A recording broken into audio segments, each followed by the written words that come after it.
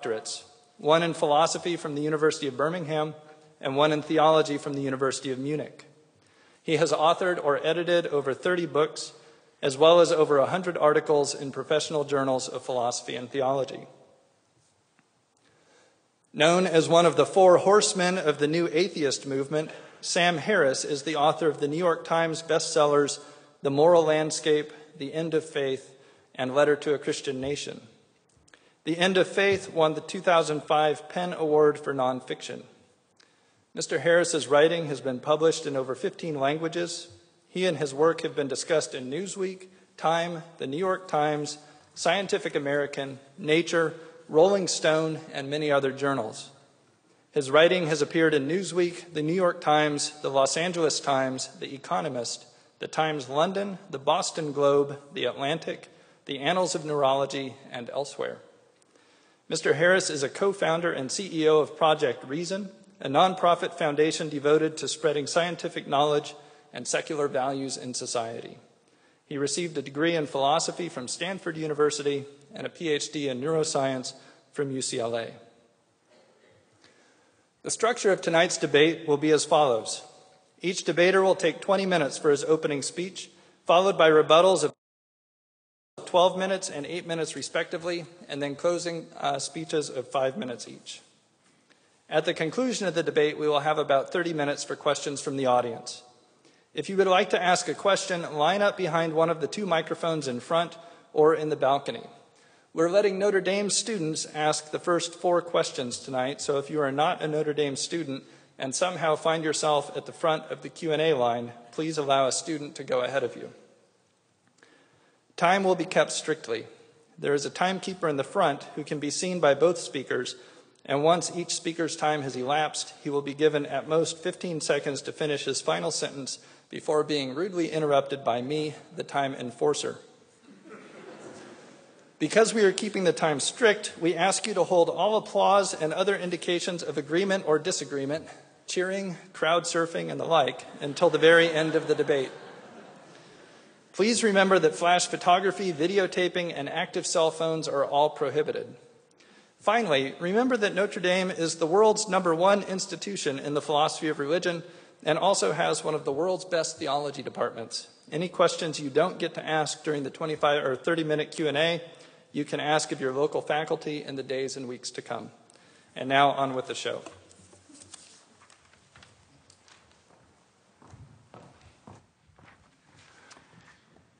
Well, good evening. It's wonderful to be here at the University of Notre Dame, and I want to begin by Sorry. Sorry. We're going to begin each speech with me checking with the timekeeper to make sure that he's ready, and then the timekeeper is going to hit go, and then you get to go. All right. So you go when I say begin. Sorry for jumping the gun. Professor Craig gets the first word in the debate. Dr. Harris gets the last word. Timekeeper, are you ready? This is 20 minutes. Begin. I want to begin by thanking the Center for Philosophy of Religion for the invitation to participate in tonight's debate. The question of the correct foundation of morality is one that is not only of tremendous academic interest, but also one that has enormous practical application for our lives. Now, to begin with an important point of agreement, Dr. Harris and I agree that there are objective moral values and duties. To say that moral values and duties are objective is to say that they are valid and binding independent of human opinion. For example, to say that the Holocaust was objectively evil is to say that it was evil even though the Nazis who carried it out thought that it was good. And it would still have been evil even if the Nazis had won World War II and succeeded in brainwashing or exterminating everyone who disagreed with them so that everybody thought the Holocaust was good. One of the great merits of Dr. Harris's recent book, The Moral Landscape, is his bold affirmation of the objectivity of moral values and duties. He inveighs against what he calls the overeducated, atheistic, moral nihilists and relativists who refuse to condemn as objectively wrong terrible atrocities like the genital mutilation of little girls. He rightly declares, if only one person in the world held down a terrified, struggling, screaming little girl, cut off her genitals with a septic blade and sewed her back up, the only question would be how severely that person should be punished. What is not in question is that such a person has done something horribly, objectively wrong. The question before us this evening, then, is what is the best foundation for the existence of objective moral values and duties? What grounds them? What makes certain actions objectively good or evil, right or wrong? In tonight's debate, I'm going to defend two basic contentions. First, if God exists, then we have a sound foundation for objective moral values and duties. And second, if God does not exist, then we do not have a sound foundation for objective moral values and duties. Now notice that these are conditional claims. I shall not be arguing tonight that God exists. Maybe Dr. Harris is right, that atheism is true. That wouldn't affect the truth of my two contentions. All that would follow is that objective moral values and duties would then, contrary to Dr. Harris, not exist. So let's look at that first contention together. If God exists, then we have a sound foundation for objective moral values and duties. Here, I want to examine two subpoints with you. First, theism provides a sound foundation for objective moral values. Moral values have to do with what is good or evil. On the theistic view, objective moral values are grounded in God. As St. Anselm saw, God is by definition the greatest conceivable being, and therefore the highest good. Indeed, he is not merely perfectly good, he is the locus and paradigm of moral value. God's own holy and loving nature provides the absolute standard against which all actions are measured. He is, by nature, loving, generous, faithful, kind, and so forth. Thus, if God exists, objective moral values exist, wholly independent of human beings. Second, theism provides a sound foundation for objective moral duties. On a theistic view, objective moral duties are constituted by God's commands. God's moral nature is expressed in relation to us in the form of divine commandments, which constitute our moral duties or obligations. Far from being arbitrary, God's commandments must be consistent with his holy and loving nature. Our duties, then, are constituted by God's commandments, and these, in turn, reflect his essential character. In the Judeo-Christian tradition, the whole moral duty of man can be summed up in the two great commandments. First, you shall love the Lord your God with all your strength and with all your soul and with all your heart and with all your mind. And second, you shall love your neighbor as yourself. On this foundation, we can affirm the objective rightness of love, generosity, self-sacrifice, and equality, and condemn as objectively wrong selfishness, hatred, abuse, discrimination, and oppression. In summary, then, theism has the resources for a sound foundation for morality. It grounds both objective moral values and objective moral duties.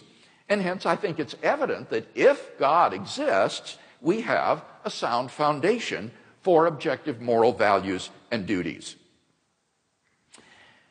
Let's turn then to my second contention, that if God does not exist, then we do not have a sound foundation for objective moral values and duties. Consider first the question of objective moral values. If God does not exist, then what basis remains for the existence of objective moral values? In particular, why think that human beings would have objective moral worth? On the atheistic view, human beings are just accidental byproducts of nature, which have evolved relatively recently on an infinitesimal speck of dust called the planet Earth, and which are doomed to perish individually and collectively in a relatively short time. On atheism, it's hard to see any reason to think that human well-being is objectively good, any more than insect well-being or rat well-being or hyena well-being. This is what Dr. Harris calls the value problem. The purpose of Dr. Harris's book, The Moral Landscape, is to explain the basis on atheism of the existence of objective moral values. He explicitly rejects the view that moral values are Platonic objects,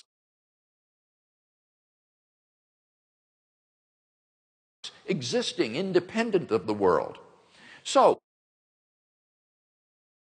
his only recourse is to try to ground moral values in the natural world.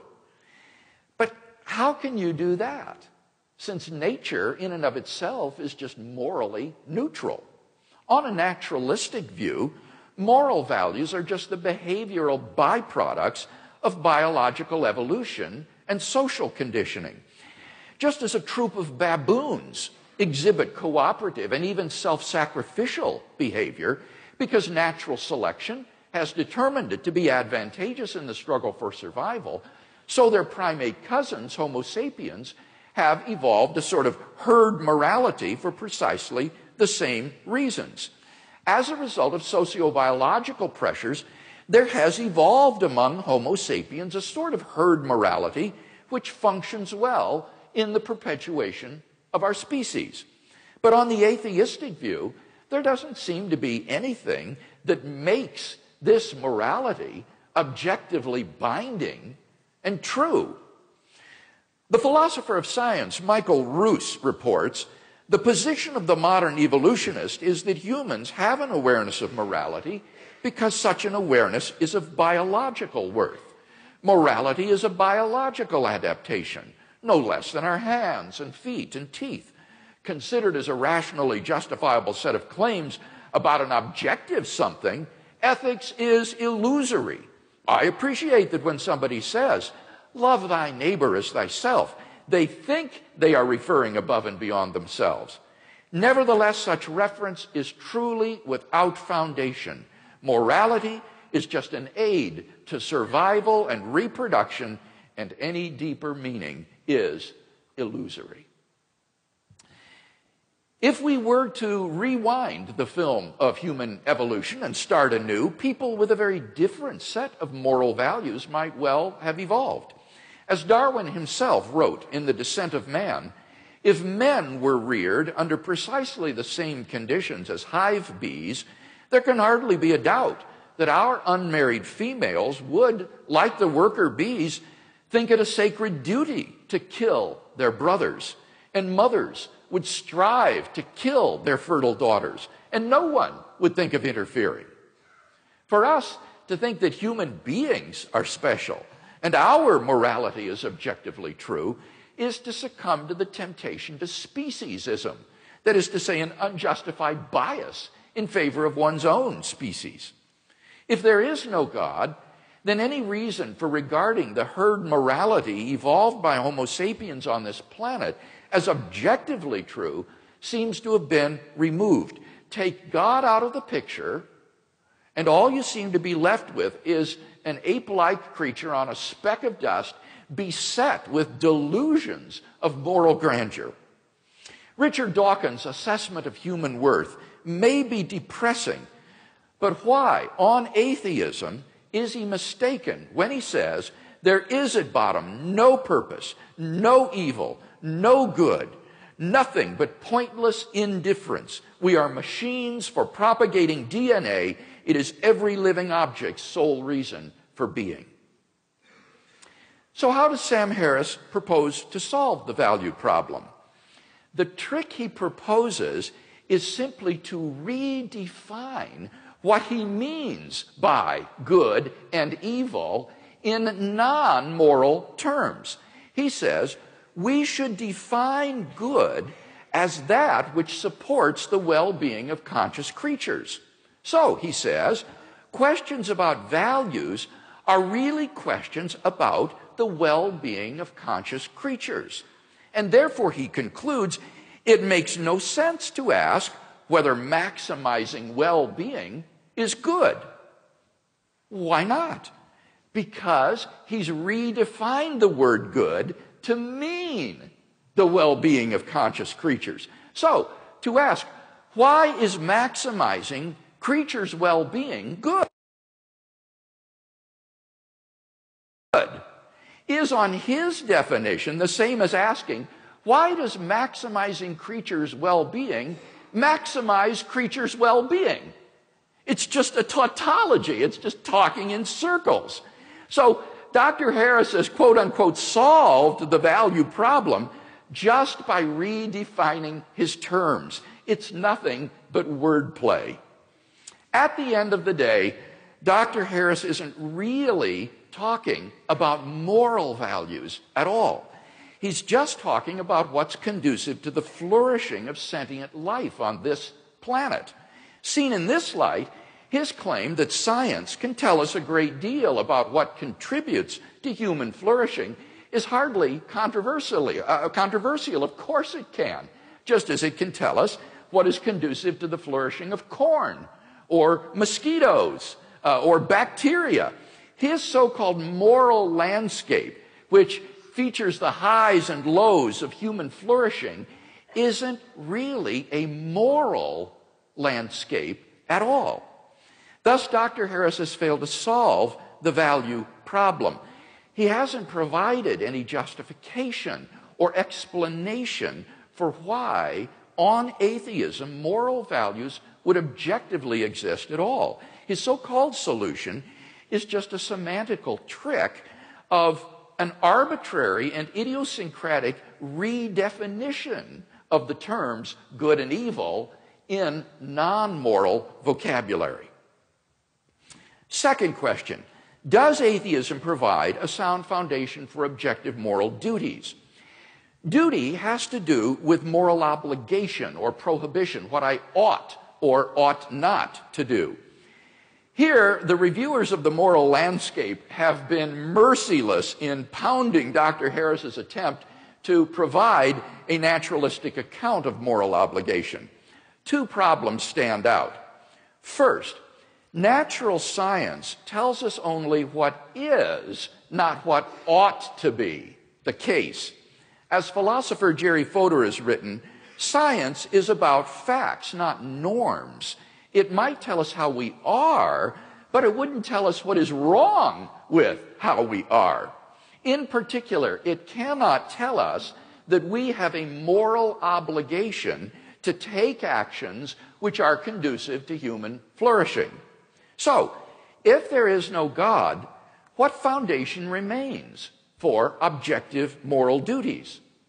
On the naturalistic view, human beings are just animals, and animals have no moral obligations to one another. When a lion kills a zebra, it kills the zebra, but it doesn't murder the zebra. When a great white shark forcibly copulates with a female, it forcibly copulates with her, but it doesn't rape her. For none of these actions is forbidden or obligatory. There is no moral dimension to these actions. So if God does not exist, why think we have any moral obligations to do anything? Who or what imposes these obligations upon us? Where do they come from? It's very hard to see why they would be anything more than a subjective impression ingrained into us by societal and parental conditioning. On the atheistic view, certain actions such as rape and incest may not be biologically and socially advantageous, and so in the course of human development have become taboo, that is, socially unacceptable behavior. But that does absolutely nothing to prove that such acts are really wrong. Such behavior goes on all the time in the animal kingdom. On the atheistic view, the rapist who chooses to flout the herd morality is doing nothing more serious than acting unfashionably, the moral equivalent, if you will, of Lady Gaga. If there is no moral lawgiver, then there is no objective moral law. And if there is no objective moral law, then we have no objective moral duties. Thus, Dr. Harris's view lacks any source for objective moral duty. Second problem, ought implies can. A person is not morally responsible for an action which he is unable to avoid. For example, if somebody shoves you into another person, you're not responsible for bumping into him. You had no choice. But Sam Harris believes that all of our actions are causally determined and that there is no free will. Dr. Harris rejects not only libertarian accounts of free will, but also compatibilistic accounts of freedom. But if there is no free will, then no one is morally responsible for anything. In the end, Dr. Harris admits this, though it's tucked away in the endnotes of his volume. Moral responsibility, he says, and I quote, is a social construct, not an objective reality. I quote, in neuroscientific terms, no person is more or less responsible than any other for the actions they perform. His thoroughgoing determinism spells the end of any hope or possibility of objective moral duties because on his worldview, we have no control over what we do. Thus, on Dr. Harris's view, there is no source of objective moral duties because there is no moral lawgiver, and no possibility of objective moral duty because there is no free will. Therefore, on his view, despite his protestations to the contrary, right and wrong do not really exist. Thus, Dr. Harris's naturalistic view fails to provide a sound foundation for objective moral values and duties. Hence, if God does not exist, we do not have a sound foundation for morality, which is my second contention. In conclusion, then, we've seen that if God exists, we have a sound foundation for objective moral values and objective moral duties. But that if God does not exist, then we do not have a sound foundation for objective moral values and duties. Dr. Harris's atheism thus sits very ill with his ethical theory. What I'm offering Dr. Harris tonight is not a new set of moral values. I think by and large we share the same applied ethics. Rather, what I'm offering is a sound foundation for the objective moral values and duties that we both hold dear. Thank you very much.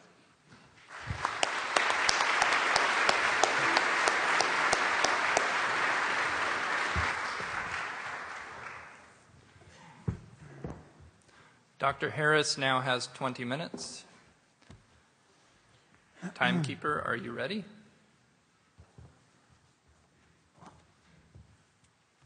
Begin. Well, first let me say it's an honor to be here at Notre Dame, and I'm very happy to be debating Dr. Craig, the one Christian apologist who seems to have put the fear of God into many of my fellow atheists. I've actually gotten more than a few emails this week that more or less read, "Brother, please don't blow this." So you will be the judge. Now, as many of you know, I've spent a fair amount of time criticizing religion. And one of the perks of this job is that you immediately hear from all the people who think that criticizing religion is a terrible thing to do. And strangely, the reason people rise to the defense of God is not that there's so much evidence that God exists, but that they believe that belief in God is the only intellectual framework for an objective morality. And clearly Dr. Craig is among their number. Now, the sense is that without the conviction that moral truths exist, that words like right and wrong and good and evil actually mean something, humanity will just lose its way. That's the fear, and I actually share that fear. I've come to believe that this concern that many religious people have of the erosion of secular morality is not an entirely empty one. Now, I once spoke at an academic meeting on these themes, and I said, as I will say tonight, that once we understand morality in terms of human well-being, we'll be able to make strong claims about which behaviors and ways of life are good for us and which aren't. And I cited as an example the sadism and misogyny of the Taliban as an example of a worldview that was less than perfectly conducive to human flourishing. And it turns out that to denigrate the Taliban at a scientific meeting is to court controversy. Mm-hmm. And after my remarks, I fell into debate with another invited speaker, and this is more or less exactly how our conversation went. She said, "How could you ever say that forcing women to wear burqas is wrong from the point of view of science?" I said, well, because I think it's pretty clear that right and wrong relate to human well-being, and it's just as clear that forcing half the population to live in cloth bags and beating them or killing them when they try to get out is not a way of maximizing human well-being. And she said, well, that's just your opinion. And I said, okay, well, let's make it even easier. Let's say we found a culture that was literally removing the eyeballs of every third child, okay, at birth. Would you then agree that we had found a culture that was not perfectly maximizing human well-being? And she said it would depend on why they were doing it. So after my eyebrows returned from the back of my head, I said, okay, well, let's say they're doing it for religious reasons. Let's say they have a scripture which says every third should walk in darkness, or some such nonsense. Okay. And then she said, well, then you could never say that they were wrong. Okay, and so you should know, I was talking to someone who has a deep background in science and philosophy. She's actually since been appointed to the President's Council on Bioethics. She's one of 13 people advising President Obama on all of the ethical implications of advances in medicine and related science and technology. And she had just delivered a perfectly lucid lecture on the moral implications of neuroscience for the courts. And she was especially concerned that we could be subjecting captured terrorists to lie detection neuroimaging technology. And she viewed this as really an unconscionable violation of cognitive liberty. So on the one hand, her moral scruples were very finely calibrated to recoil from the slightest perceived misstep in ethical terms in our war on terror. And yet she was quite willing to forgive some primitive culture its fondness for removing the eyeballs of children in its religious rituals. And she seemed to me quite terrifyingly detached from the very real suffering of millions of women in Afghanistan at this moment. So I see this double standard as a problem. And strangely, this is precisely the erosion of basic common sense that many religious people are worried about. I hope it'll be clear to you at the end of this hour that religion is not an answer to this problem. Okay, belief in God is not only unnecessary for a universal morality, it is itself a source of moral blindness. Now, it's widely believed that there are two quantities in this universe. There are facts on the one hand, and of course science can give us our most rigorous discussion of these. But then there are values, which many people, like Dr. Craig, think science can't touch. Okay, questions of meaning and morality and what life is good for. Now, of course, everyone thinks that science can help us get what we value, okay, but it can never tell us what we ought to value. Okay, and therefore, it cannot, in principle, be applied to the most important questions in human life, questions like how we should raise our children or what constitutes a good life. Now, it's thought, from the point of view of science, and Dr. Craig just gave voice to this opinion, that when we look at the universe, all we see are patterns of events. Just one thing follows another. Okay, and there's no corner of the universe that declares certain of its events to be good or evil or right or wrong. Apart from us, I mean, our minds, we declare certain events to be better than others. But in doing that, it seems that we're merely projecting our own preferences and desires onto a reality that is intrinsically value-free. And where do our notions of right and wrong come from? Well, clearly they've been drummed into us by evolution, that the product of these apish urges and social emotions, and then they get modulated by culture. You take sexual jealousy, for instance. I mean, this is an attitude that has been bred into us over millions of years. Okay, our ancestors were highly covetous of one another, despite the fact that everyone was covered with hair and had terrible teeth. And this possessiveness now gets enshrined in various cultural institutions like the institution of marriage. Okay, so therefore, a statement like it's wrong to cheat on one's spouse seems a mere summation of these contingencies. It seems like it's an improvisation on the back of biology. It seems that from the point of view of science, it can't really be wrong to cheat on your spouse.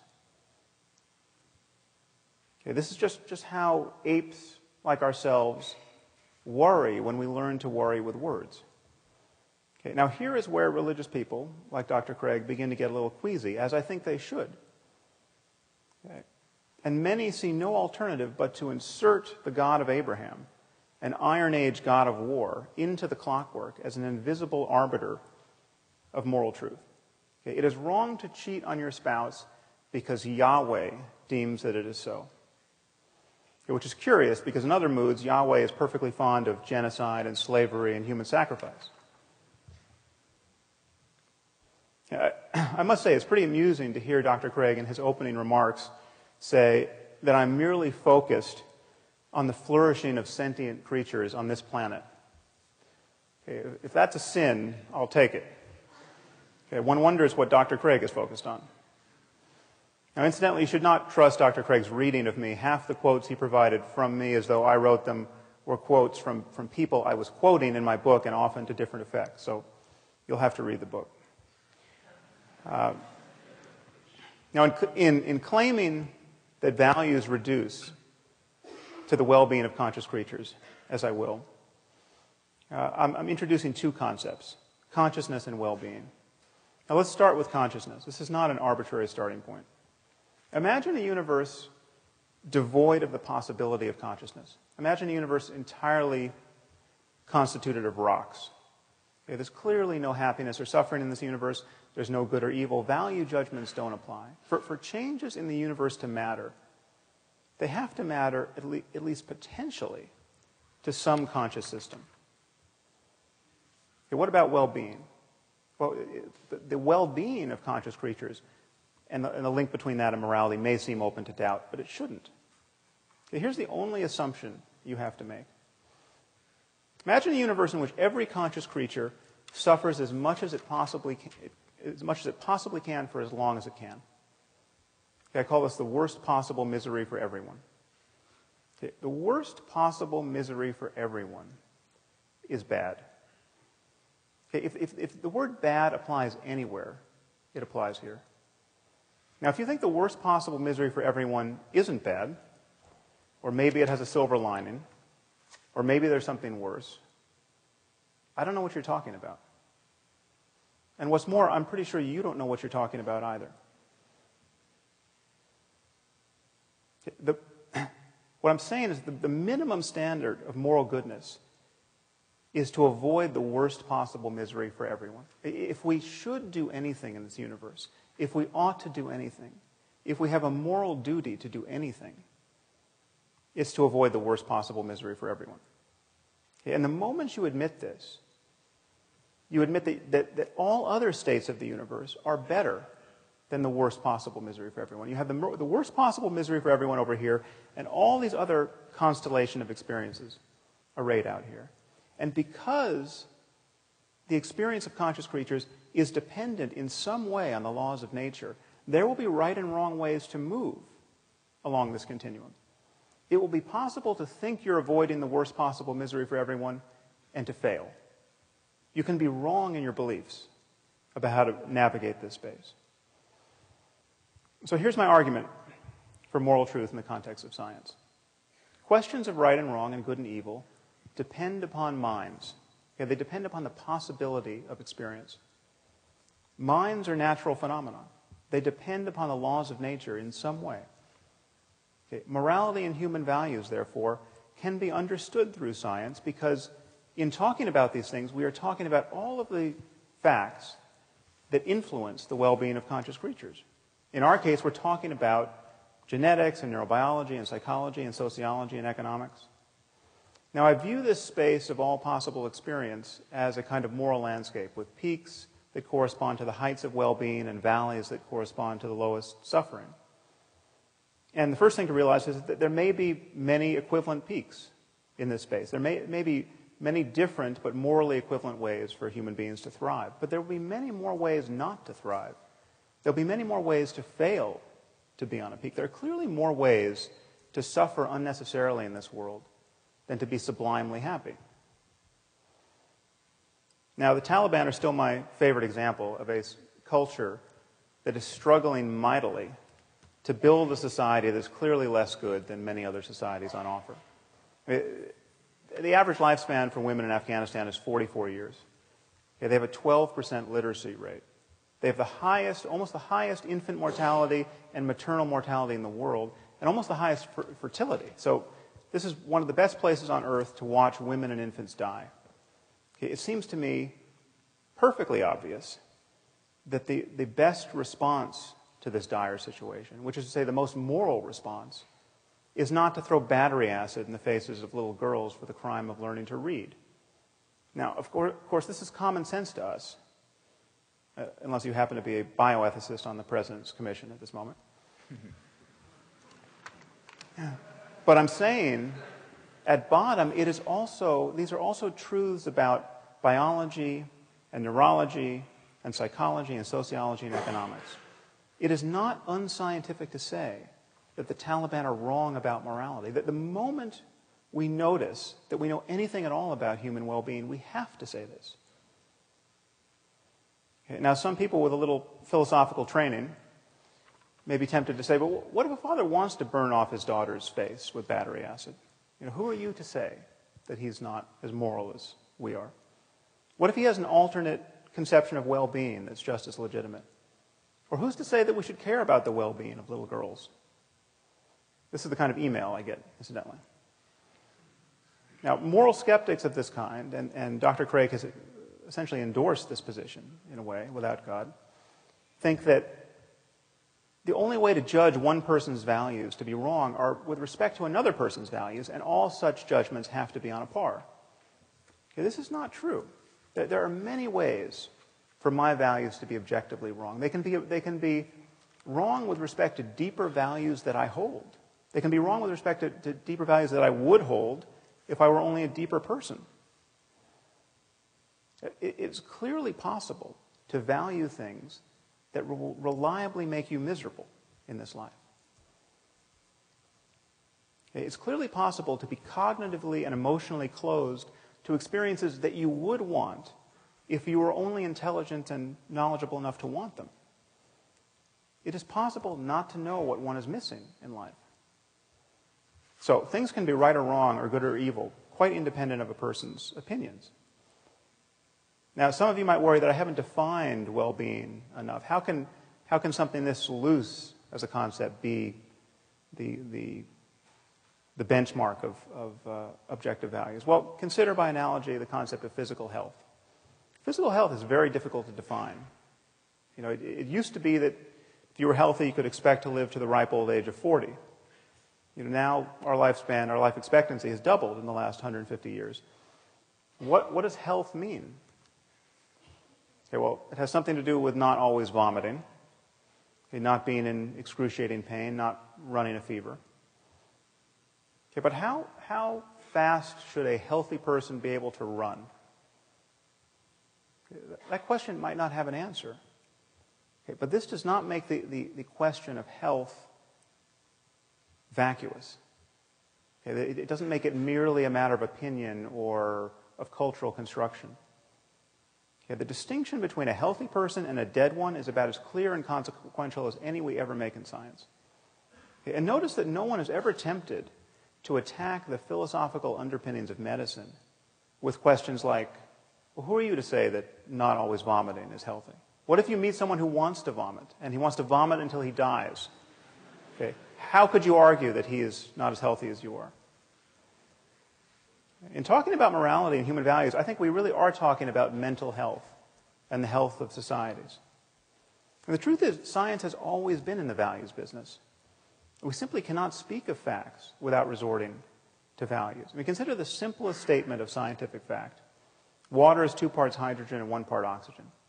This seems as value-free an utterance as human beings ever make. But what do we do when someone doubts the truth of this proposition? Okay, all we can do is appeal to scientific values, the value of understanding the world, the value of evidence, the value of logical consistency. What if someone says, well, that's not how I choose to think about water. Okay, I'm a biblical chemist, and I read in Genesis 1 that God created water before he created light. So I take that to mean that there were no stars. So there were no stars to fuse helium and hydrogen into heavier elements like oxygen. Therefore, there was no oxygen to put in the water. So either water has no oxygen or God created special oxygen to put in the water. But I don't think he would do that because that would be biblically inelegant. Okay, what can we say to such a person? Okay, all we can do is appeal to scientific values. And if he doesn't share those values, the conversation is over. Okay, if someone doesn't value evidence, what evidence are you going to provide to prove that they should value it? If someone doesn't value logic, what logical argument could you provide to show the importance of logic? Okay, so I think this split between facts and values should look really strange to you on its face. I mean, what are we really saying when we say that science can't be applied to the most important questions in human life? Okay, we're saying that when we get our biases out of the way, when we most fully rely on clear reasoning and honest observation, when intellectual honesty is at its zenith, well, then those efforts have no application whatsoever to the most important questions in human life. That is precisely the mood you cannot be in to answer the most important questions in human life. It would be very strange if that were so.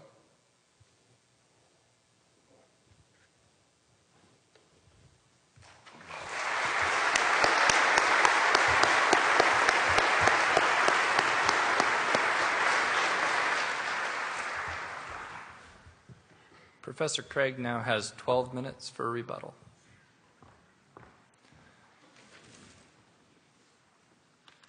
Timekeeper, are you ready?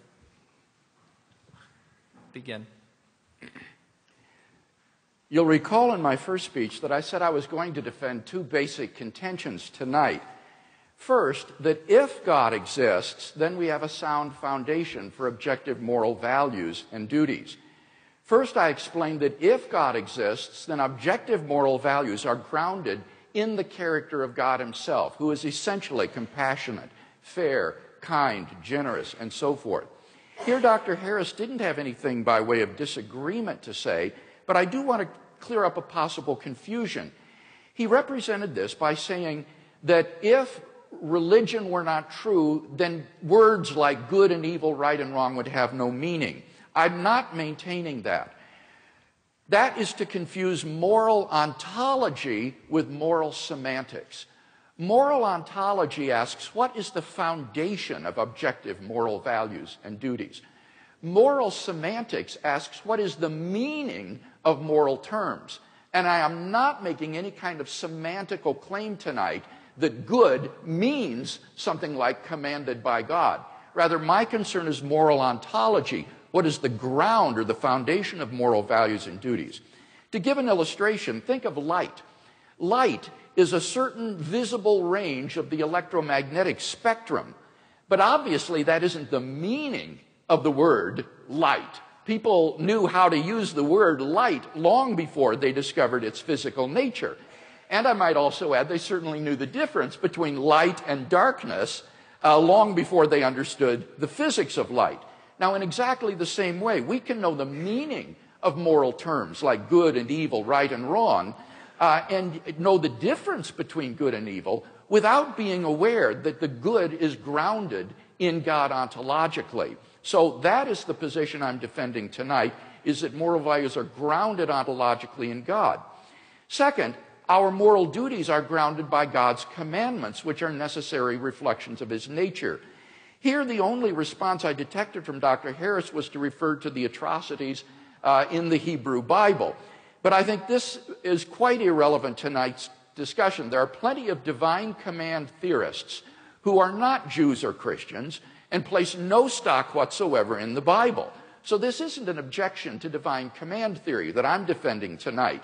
Now, if you are interested in biblical ethics, I want to highly recommend Paul Copan's new book, Is God a Moral Monster?, which examines those passages in the Hebrew Bible in light of the ancient Near East, and I can guarantee you it will be a very enlightening and interesting read. But this issue is strictly irrelevant in tonight's debate. So we've not heard any objection to a theistic grounding for ethics. If God does exist, it's clear, I think, obvious even, that we have a sound foundation for objective moral values and duties. Now, what if God does not exist? Is there a sound foundation, first of all, for objective moral values? Now here, Dr. Harris said you don't need religion in order to have universal morality. Again, that's a confusion. Of course you don't. Remember, the Nazis, for example, could have won World War II and established a universal morality. The issue isn't universality, the issue is objectivity. And I'm maintaining that in the absence of God, there isn't any reason, any explanation for the existence of objective moral values. Now, Dr. Harris says, but we can imagine creatures being in the worst possible misery, and it's obviously better for creatures to be flourishing. The well-being of conscious creatures is good. Well, of course it is. That's not the question. We agree that all things being equal, flourishing of conscious creatures is good. The question is rather, if atheism were true, what would make the flourishing of conscious creatures objectively good? Conscious creatures might like to flourish, but there's no reason on atheism to think that it would really be objectively good. Now here, Dr. Harris, I think, is guilty of misusing terms like good and bad, right and wrong, in equivocal ways. He will often use them in non-moral senses. For example, he'll say there are objectively good and bad moves in chess.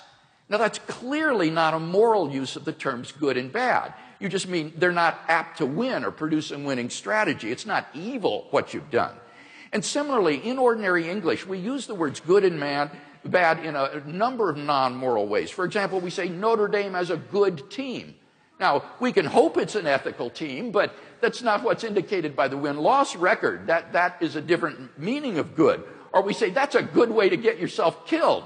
Or that's a good game plan. Or the sunshine felt good. Or that's a good route to East Lansing.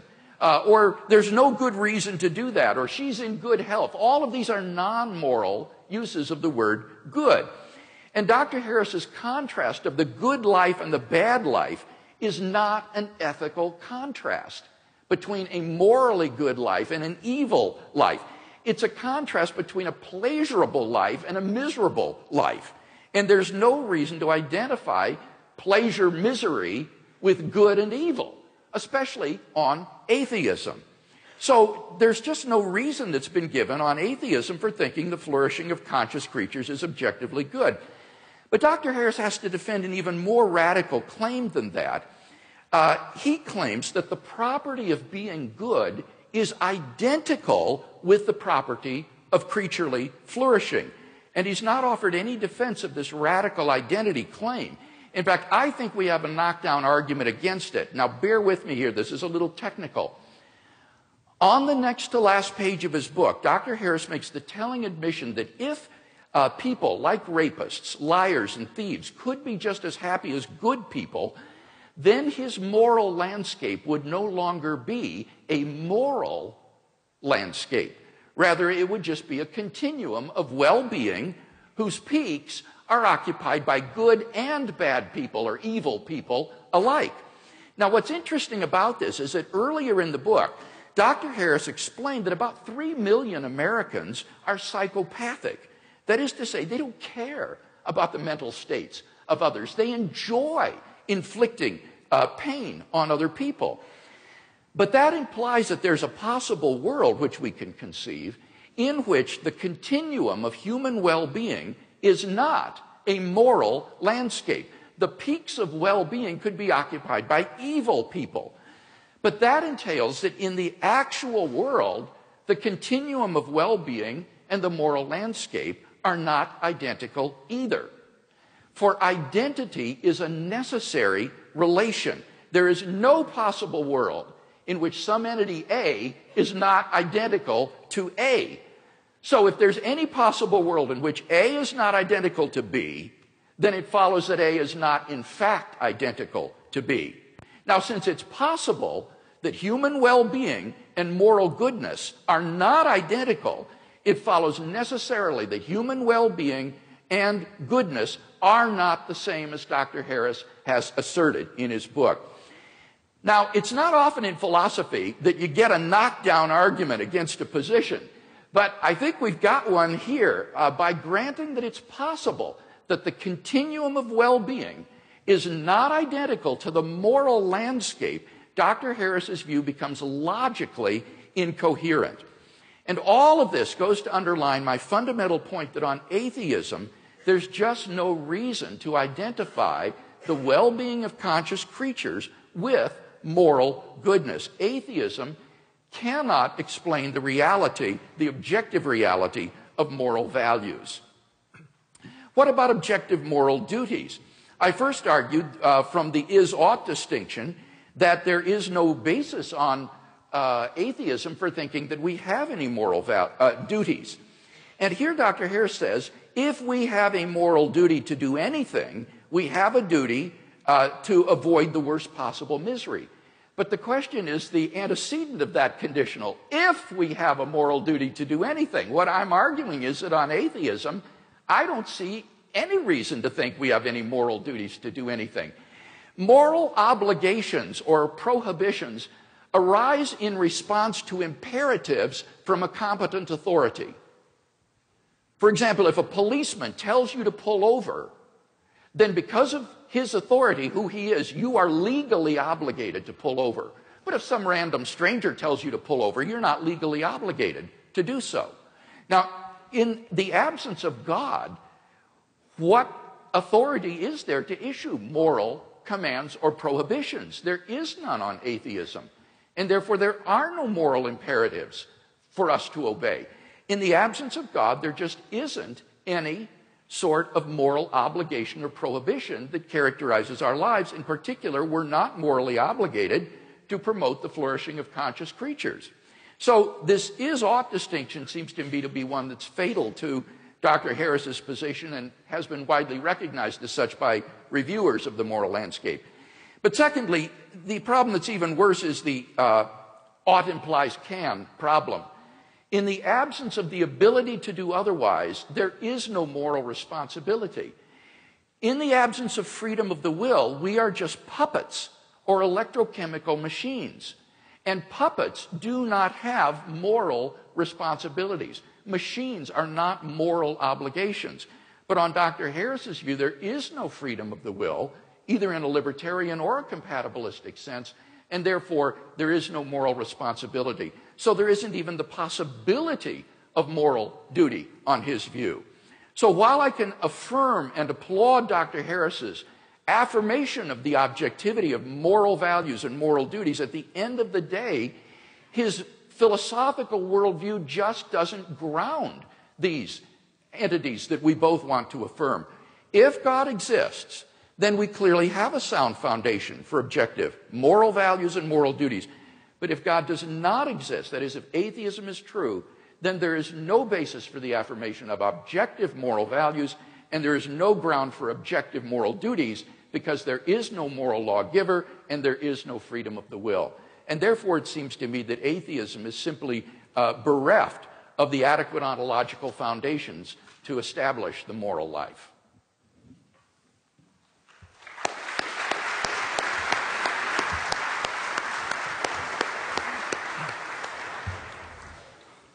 Dr. Harris now has 12 minutes. Timekeeper, are you ready? Begin. Well, that was all very interesting. Ask yourselves, what is wrong with spending eternity in hell? Well, I'm told it's rather hot there, for one. Dr. Craig is not offering an alternative view of morality. Okay, the whole point of Christianity, or so it is imagined, is to safeguard the eternal well-being of human souls. Now, happily, there's absolutely no evidence that the Christian hell exists. Okay, and I think we should look at the consequences of believing in this framework, this theistic framework, in this world, and what these moral underpinnings actually would be. All right. 9 million children die every year before they reach the age of 5. Okay, picture an Asian tsunami of the sort we saw in 2004 that killed 250,000 people. One of those every 10 days, killing children only under 5. Okay, it's 24,000 children a day, 1,000 an hour, 17 or so a minute. That means before I can get to the end of this sentence, some few children, very likely, will have died in terror and agony. Okay, think of the parents of these children. Think of the fact that most of these men and women believe in God and are praying at this moment for their children to be spared. And their prayers will not be answered. Okay, but according to Dr. Craig, this is all part of God's plan.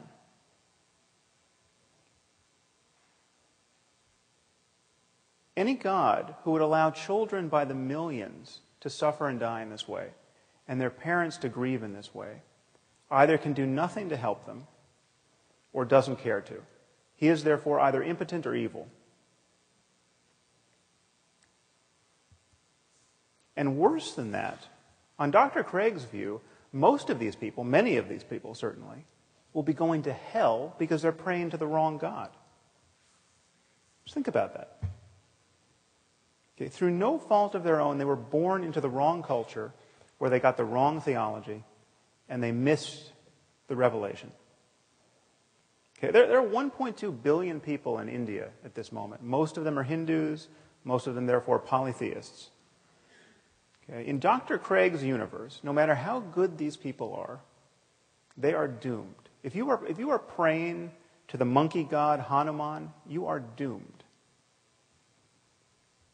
Okay. You will be tortured in hell for eternity.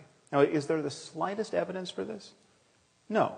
It just says so in Mark 9 and Matthew 13 and Revelation 14.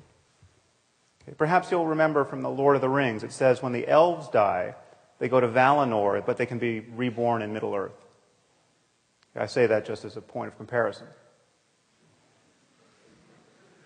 Okay. So God created the cultural isolation of the Hindus. Okay. He engineered the circumstance of their deaths in ignorance of revelation. And then he created the penalty for this ignorance, which is an eternity of conscious torment in fire. Okay, on the other hand, on Dr. Craig's account, your run-of-the-mill serial killer in America, okay, who spent his life raping and torturing children, need only come to God, come to Jesus on death row, and after a final meal of fried chicken, he's going to spend an eternity in heaven after death. Okay, one thing should be crystal clear to you. This vision of life has absolutely nothing to do with moral accountability. Okay, and please notice the double standard that people like Dr. Craig use to exonerate God from all this evil. Okay, we're told that God is loving and kind and just and intrinsically good. But when someone like myself points out the rather obvious and compelling evidence that God is cruel and unjust because he visits suffering on innocent people of a scope and scale that would embarrass the most ambitious psychopath, okay, we're told that God is mysterious. Okay, who can understand God's will? Okay, and yet this is precisely, this merely human understanding of God's will is precisely what believers use to establish his goodness in the first place. You know, something good happens to a Christian. He feels some bliss while praying, say, or he sees some positive change in his life, and we're told that God is good. Okay, but when children by the tens of thousands are torn from their parents' arms and drowned, we're told that God is mysterious. Okay, this is how you play tennis without the net. Okay, and I want to suggest to you that it is not only tiresome when otherwise intelligent people speak this way, it is morally reprehensible. Okay, this kind of faith is really the perfection of narcissism. I mean, God loves me, don't you know? He cured me of my eczema. He makes me feel so good while singing in church. And just when we had given up hope, he found a banker who was willing to reduce my mother's mortgage. Okay. Given all that this God of yours does not accomplish in the lives of others, given the misery that's being imposed on some helpless child at this instant, this kind of faith is obscene. Okay, to think in this way is to fail to reason honestly or to care sufficiently about the suffering of other human beings.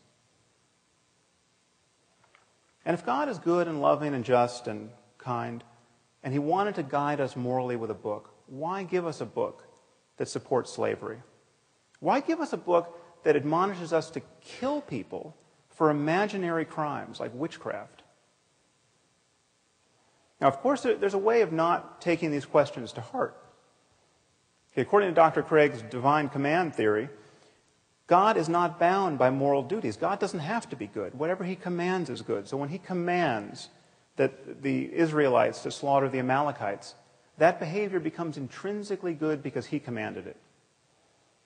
Okay, well, here we're being offered, I'm glad he raised the issue of psychopathy, we're being offered a psychopathic and psychotic moral attitude. It's psychotic because this is completely delusional. There's no reason to believe that we live in a universe ruled by an invisible monster, Yahweh.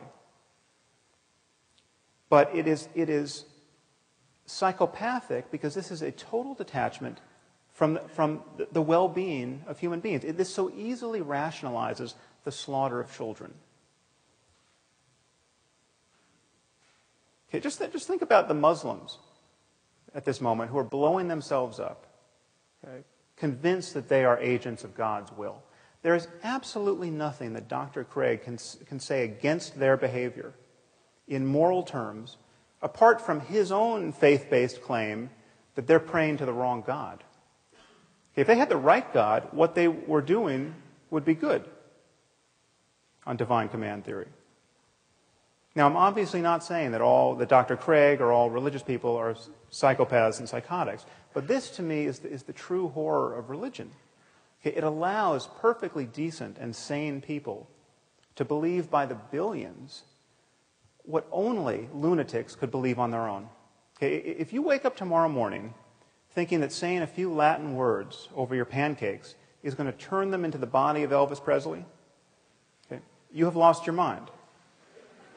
Okay? But if you think more or less the same thing about a cracker and the body of Jesus, you're just a Catholic.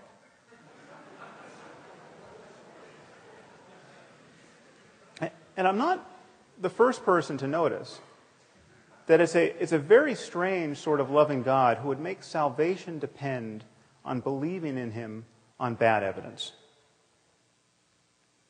Okay,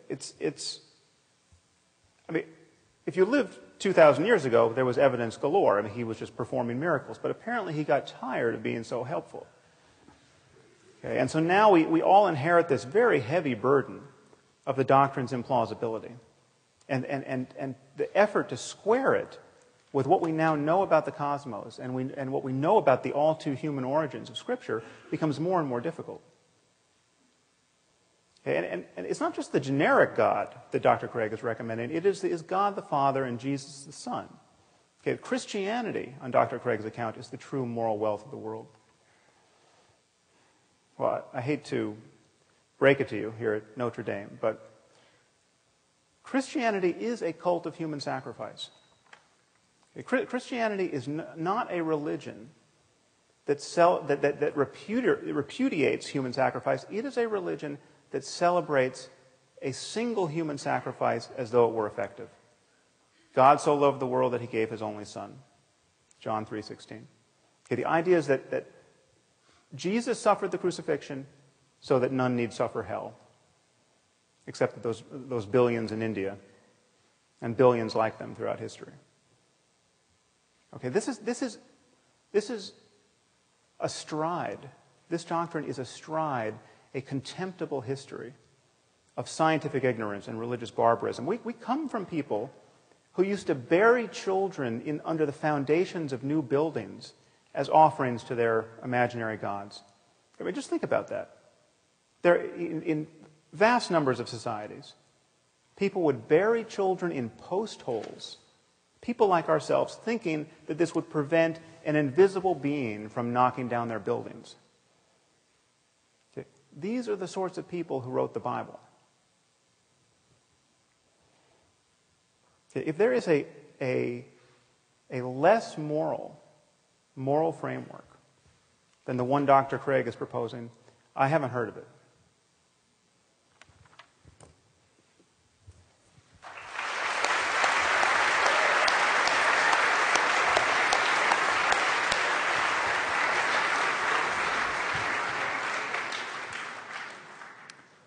Professor Craig now has 8 minutes for a rebuttal. Timekeeper, are you ready?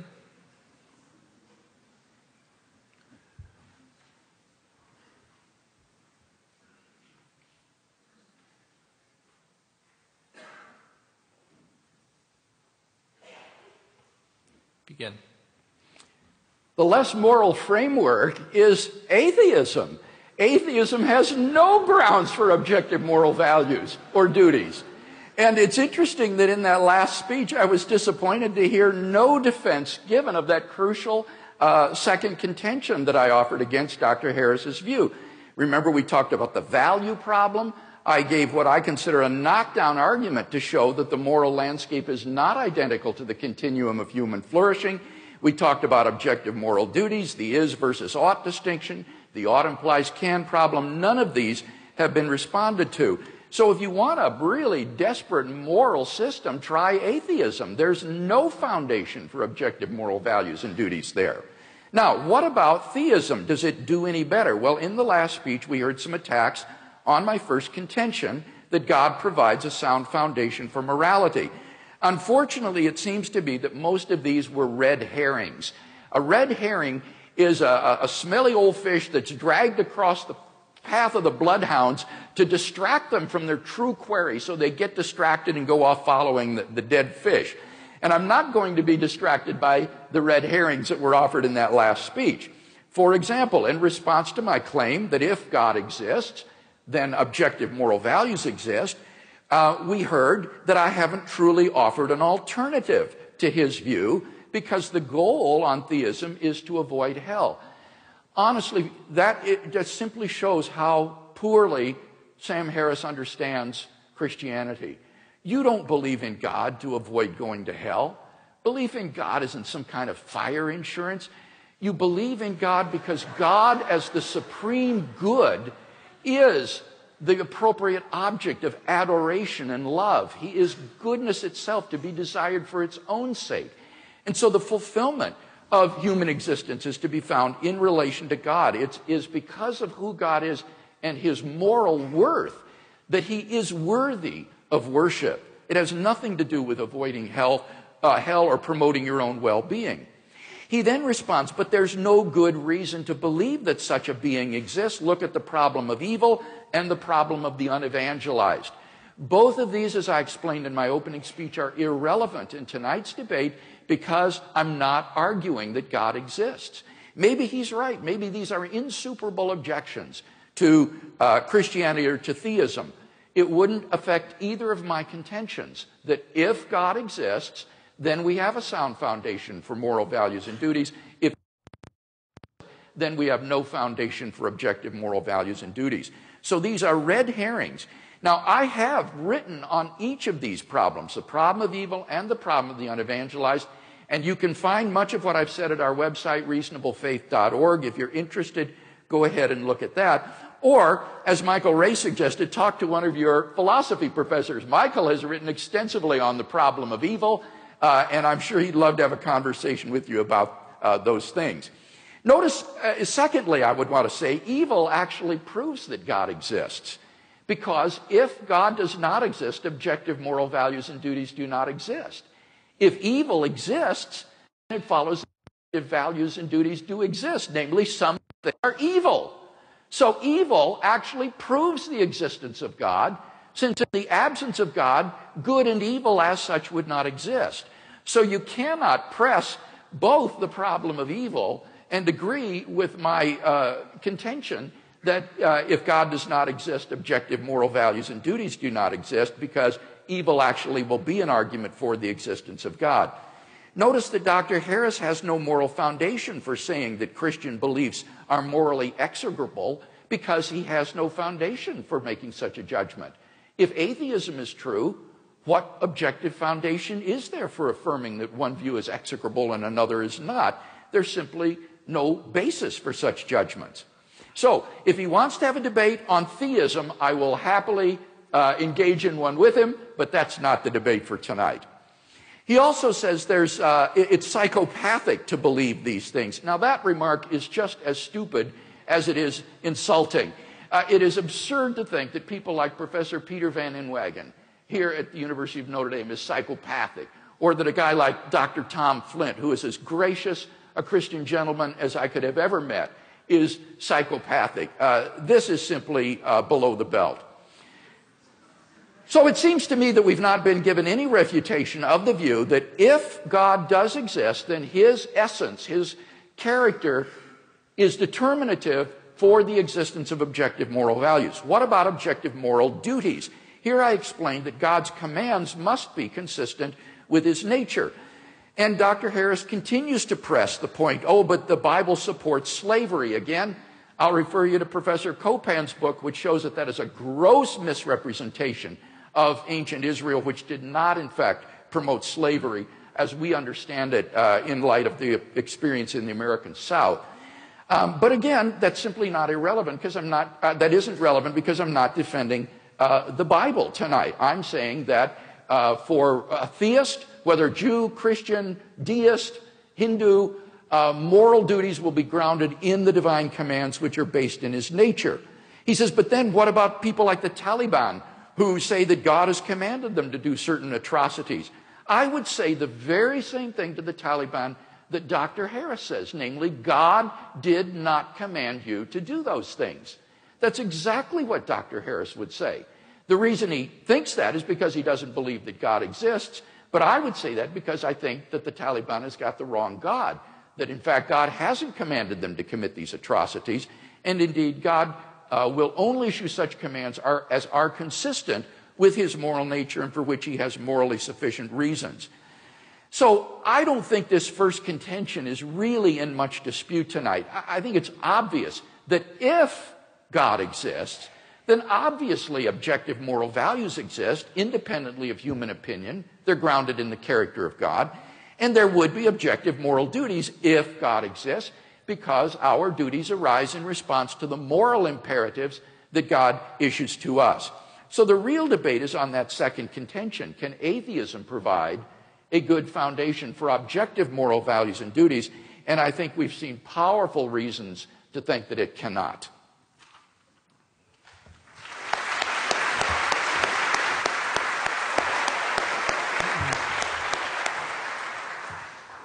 Dr. Harris now has 8 minutes.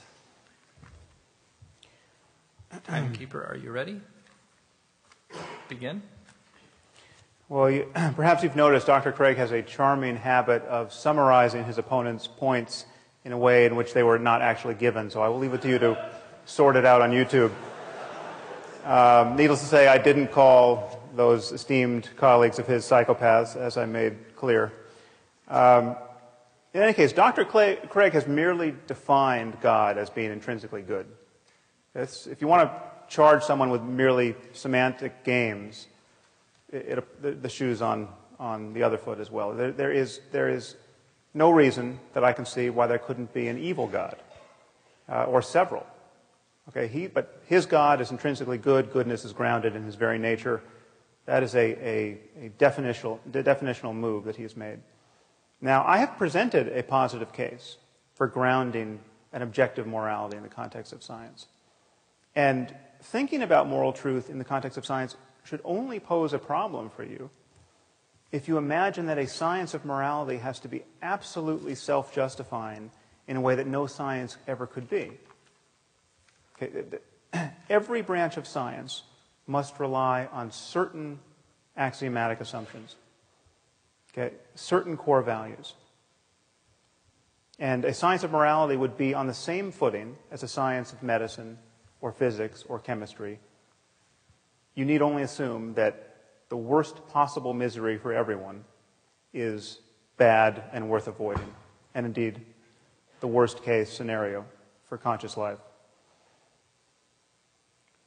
And if science is unscientific, if having a value assumption at the core renders science unscientific, what is scientific? Now, Dr. Craig is confused about what it means to speak with scientific objectivity about the human condition. He says things like, from the point of view of science, we're just constellations of atoms and we're no more valuable than rats or insects. Okay, as though the only scientifically objective thing that could be said about us is that we're constellations of atoms.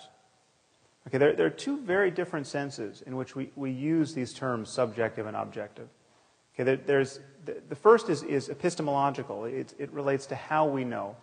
And when we say we're reasoning or thinking objectively in this sense, we're talking about the style in which we're thinking. We're talking about the fact that we're seeing through our biases, which is to say, trying to jettison bias. We are reasoning in a way that's available to the data. Our minds are open to counter-arguments. Now, this is the absolute foundation of science, and this is what opens such an invidious gulf between science and religion. The difference here in this approach to objectivity. But science does not require that we ignore the fact that certain facts are subjective, ontologically subjective. Okay, there are facts about the human condition that science can understand and study that are first-person facts, facts about what it's like to be you. Okay, and we can study these facts, and our study of them reveals how much deeper and richer and more meaningful our lives are than the lives of cockroaches. Okay, so this is a false reductionism that he's purveying here. Now, so there are subjective facts. If you happen to have an intact nervous system, being burned alive will be excruciatingly painful. The painfulness of pain is a subjective fact about you. Okay, what my argument entails is that we can speak objectively about a certain class of subjective facts that go by the name of morality, that relate to questions of good and evil, and these depend on the well-being of conscious creatures, especially our own. And by this light, we can see that it's possible to value the wrong things. I mean, if you think you prefer to be neurotic and in pain, and incapable of creative work, and completely disconnected from other people, there's something wrong with you. Okay, objectively wrong with you? Yes. Okay. In that you are closed to higher states of consciousness. Higher with respect to what? Higher as in further from the lowest possible state of consciousness, the worst possible misery for everyone. Okay, is the worst possible misery for everyone really bad? Once again, we have hit philosophical bedrock with the shovel of a stupid question. Now, I want to take a brief moment to speak about these higher possibilities, because it's often thought that non-believers like myself are closed to some remarkable experiences that religious people have. That's not true. That's not true. There's nothing that prevents an atheist from experiencing self-transcending love and ecstasy and rapture and awe. There's nothing that prevents an atheist from going into a cave for a year like a proper mystic and doing nothing but meditate on compassion, say. What atheists don't tend to do is make unjustifiable and unjustified claims about the nature of the cosmos or about the divine origin of certain books on the basis of those experiences. Now, the prospect of somebody becoming a true saint in life and inspiring people long after their deaths is something that I take very seriously. I've spent a lot of time studying meditation with some very great, wise old yogis and Tibetan lamas who spent decades on retreat. I mean, really remarkable people.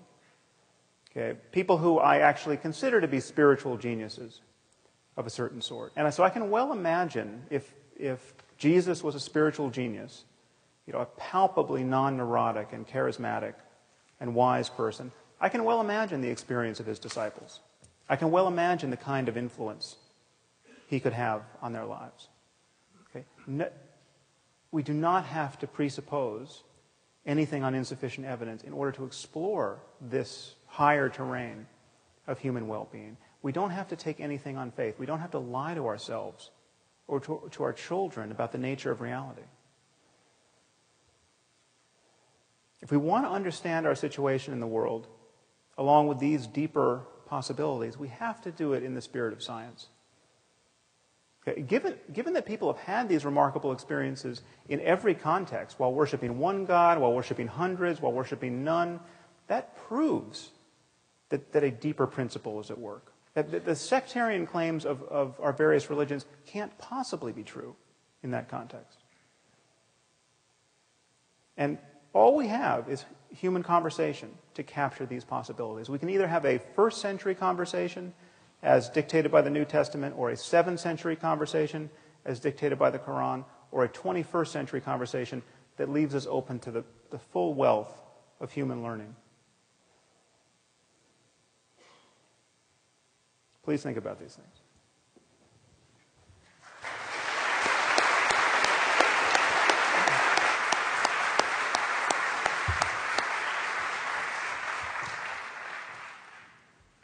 We're now moving to 5-minute closing speeches.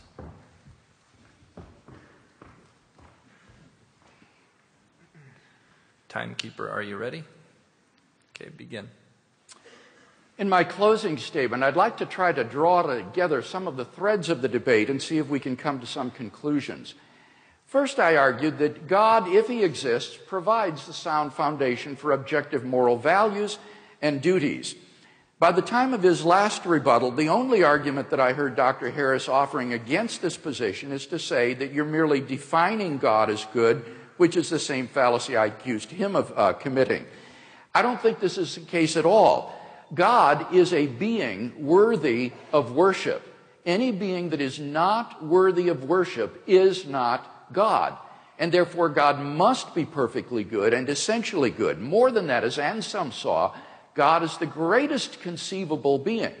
And therefore, he is the very paradigm of goodness itself. He is the greatest good. So once you understand the concept of God, you can see that asking, well, why is God good, is sort of like asking, why are all bachelors unmarried? It's the very concept of the greatest conceivable being, a being worthy of worship, that entails the essential goodness of God. And I think it's evident that if God exists, then we do have objective moral values and duties. Secondly, I argued, if God does not exist, we have no foundation for objective moral values or objective moral duties. I showed that on his view, it is logically impossible to say that the moral landscape is identical to the landscape of the flourishing of conscious beings, and that therefore his view is incoherent. We also looked at the is-ought distinction, and the ought implies can, to which Dr. Harris has never replied in the course of this evening's debate. In his last speech, he said, but we simply must rely upon certain axioms. Well, that's the same as saying you've got to take it by faith.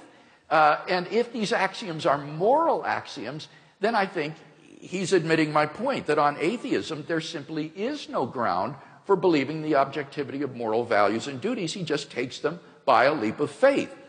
He says, well, there are different senses of the word objective. Yes, of course. And in my opening speech, I made clear the sense in which I was defining the term. I mean valid and binding, independent of human opinion.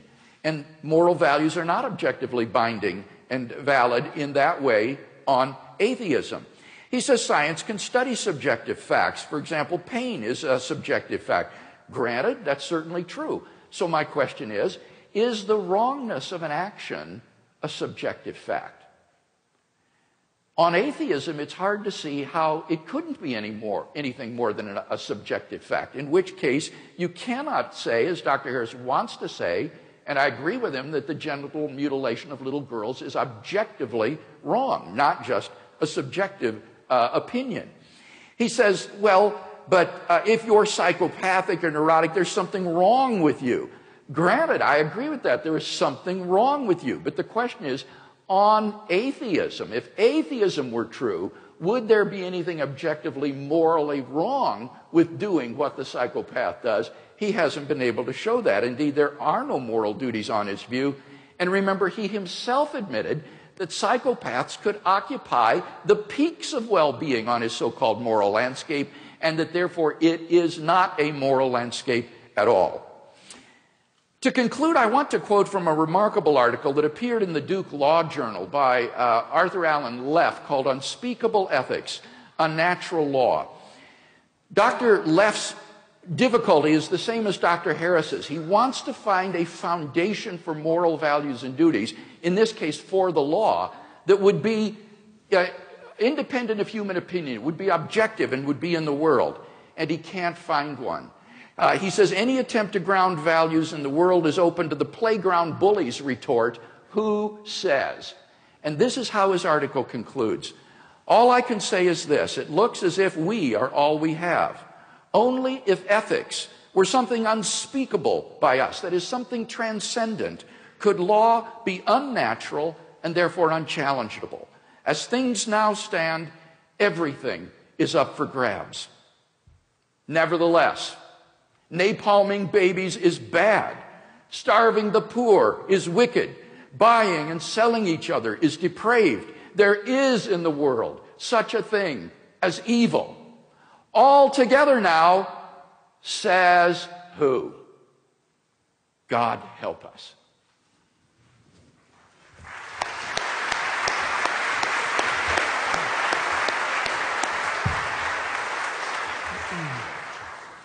And now Dr. Harris has 5 minutes. Timekeeper, are you ready? Begin. I'm curious, how many of you consider yourselves to be devout Muslims? I see a show of hands. Don't mean to single anyone out, but not many. Now, you're all aware, of course, that the Quran exists and claims to be the perfect word of the creator of the universe. You're aware that once having heard of this possibility and rejecting it, you're all going to hell for eternity. I mean, needless to say, Dr. Craig and I are both going to hell if this vision of life is true. Okay, the problem is that everything Dr. Craig has said tonight, with a few modifications, could be said in defense of Islam. In fact, has been said in defense of Islam. Okay, the logic is exactly the same. We have a book that claims to be the word of the creator of the universe. It tells us about the nature of moral reality and how to live within it. Well, what if Muslims are right? And what if Islam is true? Okay, how should we view God in moral terms? How would we view God in moral terms? Or I should say Allah. Okay, we have been born in the wrong place, to the wrong parents, given the wrong culture, given the wrong theology. Okay, needless to say, Dr. Craig is doomed. He's been thoroughly confused by Christianity. I mean, just appreciate what a bad position he's now in to appreciate the true Word of God. I've been thoroughly misled by science. Okay, where is Allah's compassion? Okay. And yet, he's omnipotent. He could change this in an instant. He could give us a sign that would convince everyone in this room. And yet he's not going to do it. And hell awaits. And hell awaits our children because we can't help but mislead our children. Okay, now just hold this vision in mind. And first appreciate how little sleep you have lost over this possibility. Okay? Just feel in yourself at this moment how carefree you are and will continue to be in the face of this possibility. What are the chances that we're all going to go to hell for eternity because we haven't recognized the Quran to be the perfect word of the creator of the universe? Please know that this is exactly how Christianity appears to someone who's not been indoctrinated by it.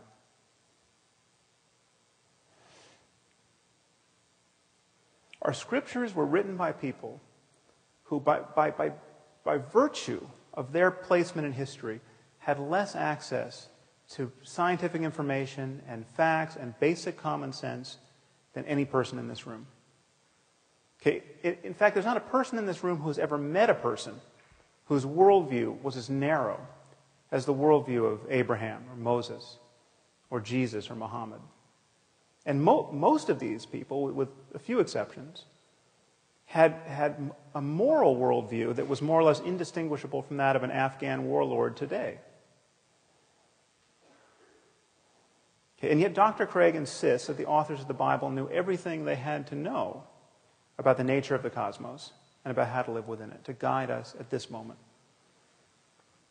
Okay, I want to suggest to you that this vision of life can't possibly be true.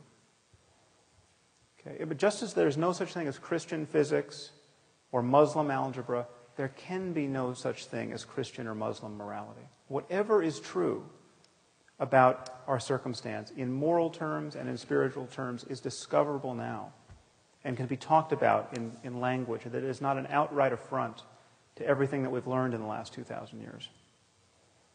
Okay, what remains for us to discover are the facts in every domain of knowledge that will allow the greatest number of us to live lives truly worth living in this world. I mean, how is it that we can build a global civilization, a viable global civilization of now destined to be 9 billion people, where the maximum number of people truly flourish?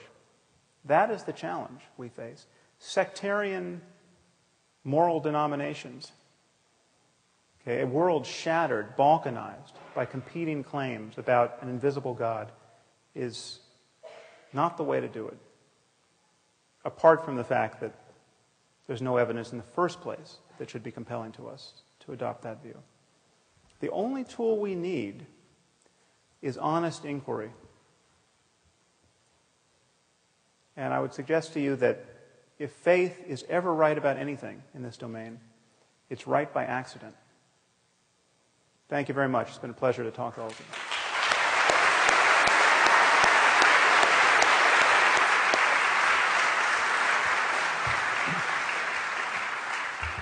We started 15 minutes late, and so I'm going to allow us to go until 9:15. That gives us 30 minutes for questions. As I said at the beginning, we're going to allow Notre Dame students to ask the first 4 questions. After that, the microphones are open to anyone. We'd like to keep a brisk pace for the questions, so please limit your questions to about 30 seconds, and I've asked the debaters to limit their responses to about 2 minutes. I'll take the liberty of urging people to get quickly to their point if these time limits are violated. We have microphones here and here. I think we have microphones. Oh, good. I can see the microphones in the balcony, so I'll just go in a circuit. Thank you. Dr. Harris, if Dr. Craig could link out of your objections about the problem of evil and the problem of choosing the right religion, so that those weren't really problems, those weren't functioning in the debate, where does that put you dialectically? How do those function in the debate? Do you mean if I was given good reason to believe that Christianity is true? Or if Dr. Craig could show that choosing a particular religion wasn't necessary for the grounding of morality, just that some religion being true was sufficient for there being a grounding for morality, and that the problem of evil was somehow answered. Well, I would never be tempted to dispute that we could make up a religion that, if true, would be a grounding of morality. I mean, those imaginary schemes are there for the asking. We could make them up, and in about 5 minutes we could make up a better religion than any that exists. I mean, you just take Christianity and cut out Leviticus and Deuteronomy, and already you've done great work.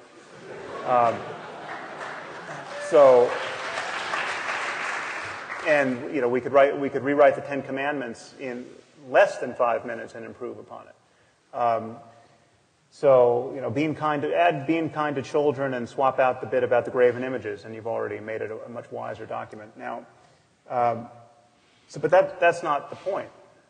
I mean, the point is that one point I made, which he never really addressed, is that you're smuggling in a concern for well-being in any case. You just have a different timeline. If Christianity were true, it would be part of my moral landscape. I mean, if someone like myself is going to suffer in hell for eternity based on what I'm currently thinking, then I clearly am doing the wrong thing. I mean, I would want that information, and I would think, that would be a revelation to me, which I would take seriously, and I would do everything I could to get into heaven. I mean, that would be, heaven is if eternity in heaven versus eternity in hell is really the landscape that we're living on, well, that's part of my moral landscape. It just changes its temporal characteristics. There's just no reason to think that that's the universe we're living in. Thank you. Up and to my left. Hi. Professor Craig, you made an interesting analogy. You said that long before we could explain scientifically where light came from, we could distinguish between light and dark, and that the same could be said for good and evil. But to me, that analogy seems dangerous because long before we could explain scientifically where light came from, we said it came from God. Could the same be said for morality? And then also, how do you explain shifts in moral consensus over time? Okay, I'm not sure I understood all of the questions, so I might need our moderator to help me here. The last part of the question was shifts in morality over time. Don't confuse moral ontology with moral epistemology. Moral ontology is the foundation in reality for objective moral values and duties. Moral epistemology is how we come to know the goods that there are and the duties that we have. And clearly, affirming that there are objective moral values and duties doesn't mean that we always know them infallibly. Clearly, over time, there's such a thing as moral growth and moral development. When I look at my own life, I look back at my life as a young man and I can see certain attitudes and things that I had that I now would be ashamed of morally. I think I've experienced moral growth. So there's no reason to think that the objectivity of moral values and duties implies that there isn't such a thing as moral growth or a clearer apprehension of the good, or sadly in some cases, a moral degeneration of a society and turning away from good. So these are two different problems, and my concern is moral ontology. Now, I didn't catch the first part of the question. Mike, did you? Yeah, tell me if I misrepresent you, but I take it that she's asking, you say that we understood light and dark before we understood the physics of light. She says, but we posited supernatural explanations for light also at that time. Why not think morality is in the same situation? Yeah, again, I think you misunderstood the analogy there that I'm making. What I'm saying there is distinguishing moral ontology from moral semantics. And what I'm saying is I'm not offering a moral semantical theory about the meaning of the words good and evil, right and wrong. I'm talking about their foundation in reality. And so the example of light was simply to give an example of where people understood the meaning of the English word light, even if they didn't know its physical nature in terms of electromagnetic radiation. Can I clarify? Sorry. I get that you're arguing that there needs to be a source for good and evil. That makes sense. So why does that source have to be God? Could it not be that we just haven't discovered what the source is yet? Well, that would be my second contention, that in the absence of God, I can't see any foundation that would be left for affirming the objectivity of moral values, and particularly the value of human beings and conscious life on this planet. And then that second problem about objective moral duties is especially serious, the is-ought distinction, and then the ought implies can problem, no free will. So that would just be to reiterate the arguments I've already given as to why I think in the absence of God, there wouldn't be objective moral values and duties. I allowed the follow-up only because there was misunderstanding, just so you know. Up and to my right. Yeah, I've got a question for Dr. Harris. So a lot of the argument, I guess, I felt like it depended a lot on the definition of good and bad, right and wrong. And I wanted to ask you if you thought it would be possible for there to be, so I've got a two-part question, for there to be a hypothetical God that, scratch everything you know about Judaism, Christianity, Hinduism, create your own new God, and if it would be hypothetical for this God to perfectly align with your definition of moral theory. So say that this God says and commands that good and bad are dependent on the well-being of conscious animals. And then simultaneously to that question, whether you think a God of love does just that. Because it seems to me, in my experience and looking at history, that there is no greater continuum across human history than the presence of love, and the fact that we've had marriage, whether homosexual, heterosexual, transgender, from the moment we've been living animals. And so if that really is the root of our well-being, then how does a God of love not promote well-being? So, but answer the first part first. Yeah. Well, love clearly has a lot to do with our well-being. And if there were a God of love who was really acting like a God of love and was making... the problem is that the existence of God doesn't really add to the moral stature of love in that case, because, or the moral stature of the good. I mean, this goes to the Euthyphro dilemma that we haven't spoken about, probably, mercifully. But, I mean, if it's either intrinsically good or it isn't, and for God to say it's good doesn't make it more good, and it's not good by fiat. So he's either saying it's good because it is good, in which case we can just deal with the fact that it is good, or it's just good because he says it's good, but then he can say any evil thing is good, which Dr. Craig's God does rather often, apparently. So, but love is clearly something we desperately want in our lives, and we're right to want it. We're deeply social creatures, and the fear that is sort of circulating here that well-being somehow leaves something out that's important, I think, and I argue at some length in my book, is quite unfounded, because whatever you bring to me which is truly important, you say, okay, you're talking about well-being, but here I'm talking about self-transcending love. This is really important. Well, self-transcending love is probably at the core of the deepest well-being that we can experience as human beings.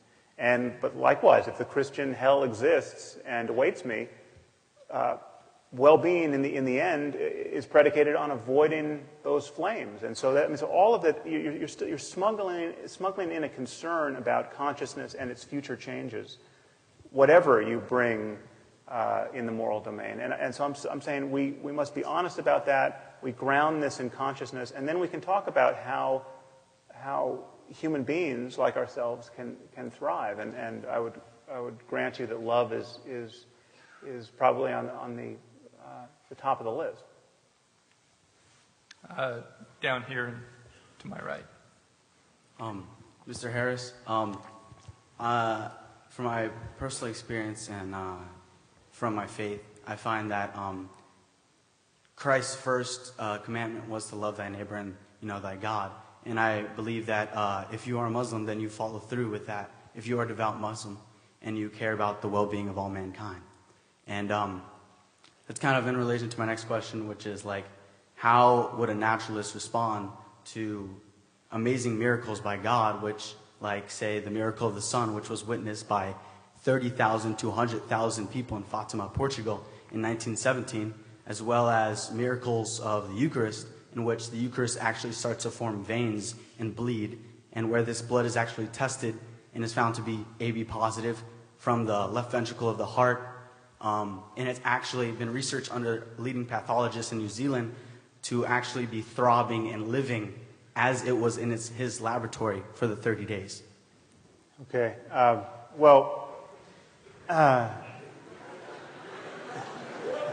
The problem with miracle stories are that they truly are a dime a dozen. I mean, the miracle stories that cash out Christianity are miracle stories set in the context of the pre-scientific context of the first century Roman Empire, attested to by copies of ancient Greek manuscripts that have thousands of discrepancies. Now, there are miracle stories that you can find in India today, attested to by living eyewitnesses. So you look at the people surrounding someone like Satya Sai Baba.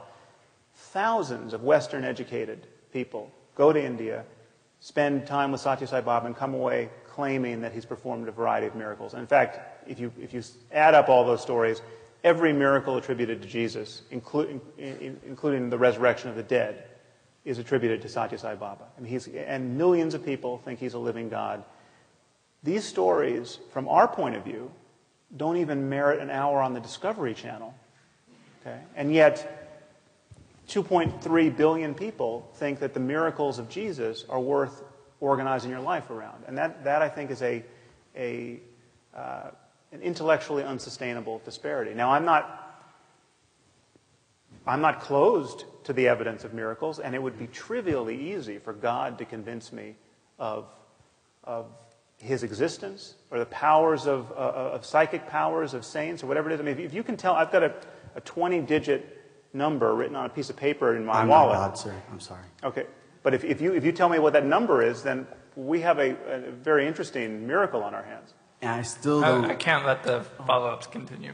Sorry. We have a whole bunch of people lined up. Yes, over here. Dr. Craig, I know you wanted to kind of stay away from the epistemological questions, but I need some advice. Because accepting an objective good, I guess, where do we go from that practically? Because something happened to me last night where, I mean, I've been a Christian, but last night God appeared to me and he told me that homosexual lovemaking was every bit as beautiful and loving and good as heterosexual procreative sex in the system of marriage. And he said, come and let everyone know that. I said, no, God, they won't believe me. They will not believe me. How do I? Where do we go from here practically with divine revelation? Do I leave my church and follow? Your feigned sincerity about this, isn't fooling anybody. It's not the topic of tonight's debate. I'm not even going to address a silly question like this. I didn't mean to offend you. I'm serious. Sorry, we aren't doing follow-ups with the question. I allowed the one up there because there was a misunderstanding, but the question has come out. It's received an answer. So this question is for Dr. Harris. Unfortunately, mine won't be as funny. Okay, so it seems to me that there's a distinction in your argument that I'd like you to discuss, which is the conceptual possibility of the most miserable world and its material possibility. So basically what I'm asking is whether you can cite any evidence to believe that this is not the world that is most miserable, or otherwise. So if you can't, let's assume this is the world with the material conditions for the most misery to exist. Then wouldn't it be moral to destroy it all, destroy all consciousness? So I'm just wondering, how would you distinguish that this is not the worst possible world? Well, it may be the only world with conscious life. I mean, I doubt that given the trillion-fold universe we're living in, but we don't have any evidence of life elsewhere, much less conscious life. But so your question cuts to the issue of, what if it's all about well-being? Well, why don't we just, kill all the unhappy people in their sleep tonight? Okay, wouldn't that raise sort of the aggregate level of well-being on Earth?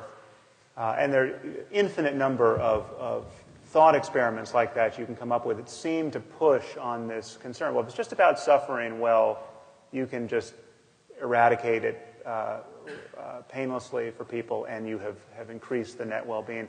But all of those thought experiments neglect all of the cascading effects of living in a world in which we do that sort of thing, the consequences of doing that. So why don't we, in the classic experiment that everyone trots out is, what if you're a doctor and you realize that you have somebody who could benefit from the organs of, you have 5 people who could benefit from the organs of one person who's sitting in your waiting room.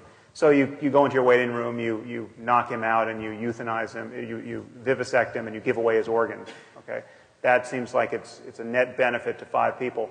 Okay, but if we were all living in a world where at any moment your doctor could vivisect you and steal your organs, that would have rather obvious, ghastly consequences that none of us would want to submit to.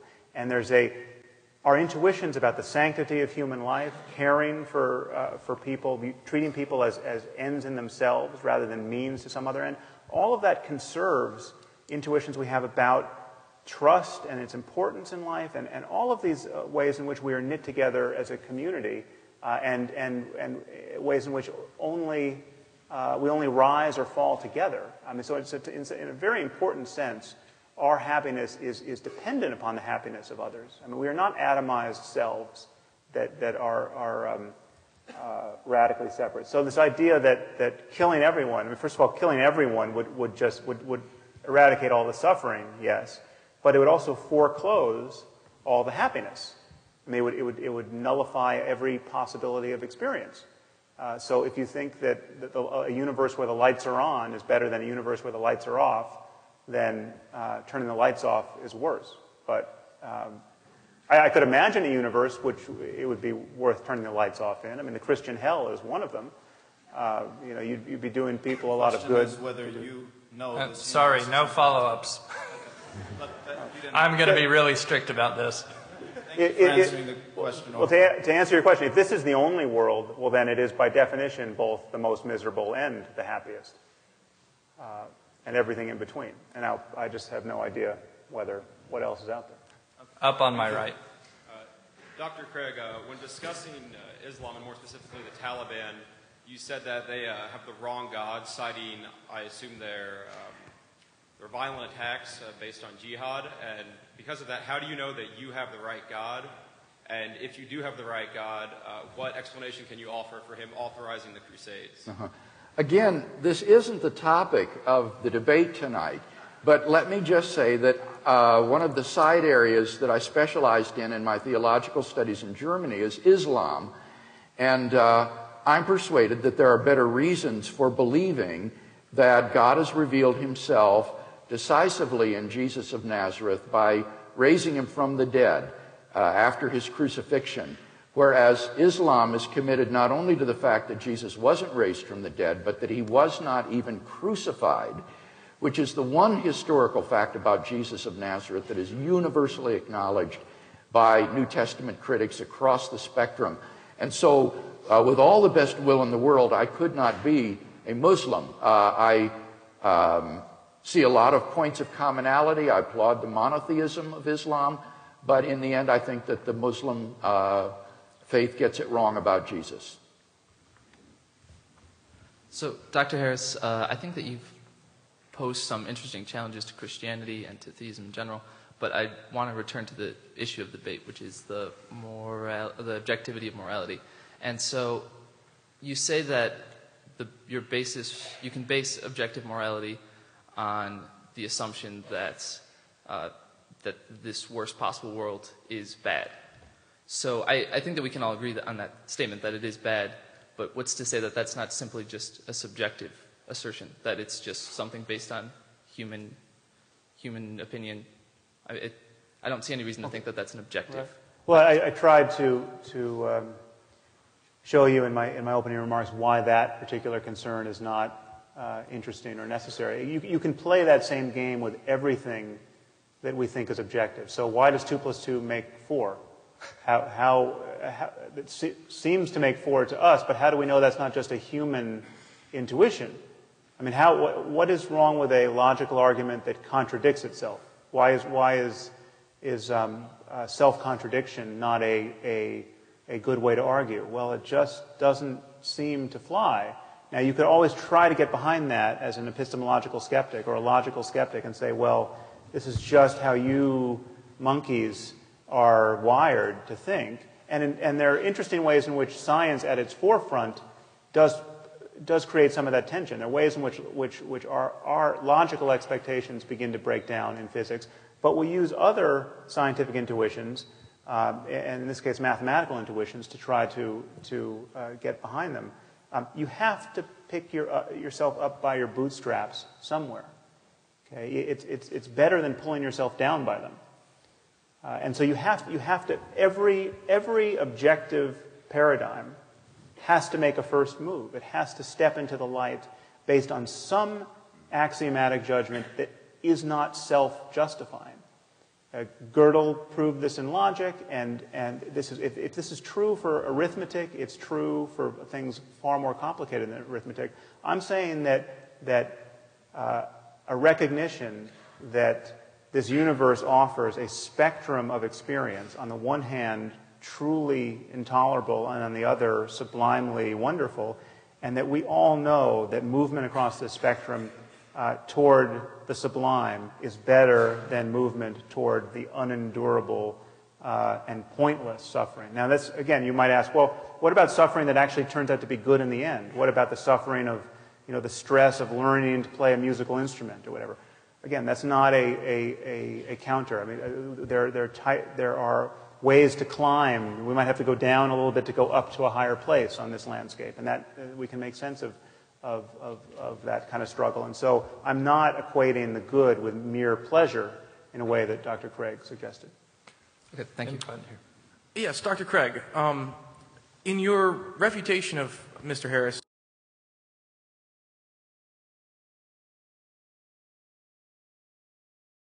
and authorities. If you ask children sitting in a classroom, is it okay to drink a soda in class if the teacher gives you permission? Most of them will say yes. If you ask them, is it okay to punch your neighbor in the face if the teacher gives you permission? They immediately recognize the distinction between a moral infraction and a mere conventional rule. And this is very young children. But children at risk for psychopathy don't. Children at risk for psychopathy think that rules are just given by an authority. So if the teacher tells you can punch a child in the face, you can punch a child in the face. This is, again, I'm not accusing religious people in general of being psychopaths, but there's a psychopathic core to this moral worldview.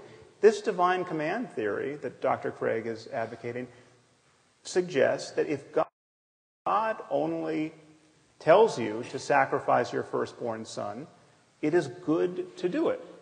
That's where goodness comes from. And so you've got people waking up in trailer parks all over America suffering some form of mental illness that's destabilized them and made them vulnerable to this way of thinking. And there are people who kill their children thinking they're Abraham who just didn't get interrupted by an angel. And this is the kind of morality that you get out of a divine command theory that, again, offers no retort to the jihadist other than, sorry, Buster, you happen to have the wrong God. But that's exactly your retort, Sam, 30 seconds for that you. God has not issued such a command, and therefore you're not morally obligated to do it. No, if God did, he would be evil.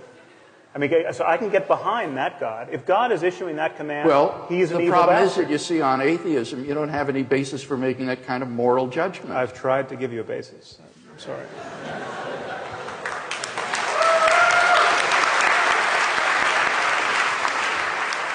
We have time for one more question up there. This is for Dr. Craig. I wanted to ask you about consensus. About what? Consensus. Consensus? Yeah, so if we're all looking for the same answer to a question, I think we would value a consensus. And the idea of a consensus is something that's very much valued within scientific thought. So if God is the basis for morality, it seems like it would be easy to come up with a consensus. And yet within Christianity, among Christians who are reading the same Bible and worshiping the same God, you find an absence of consensus, where questions like, is evolution true, or is homosexuality wrong, there's a vast variety of debate within Christianity, almost as much as there is with Christianity and secularism. And yet in the secular world, those questions, we have found consensus, and they've generally been put to rest. So do you value consensus, and how do you account for the lack of that within the Christian? Well, consensus on doctrinal issues is not relevant here. You would have to be talking about a lack of consensus on moral issues, and I think there would largely be a consensus on moral issues.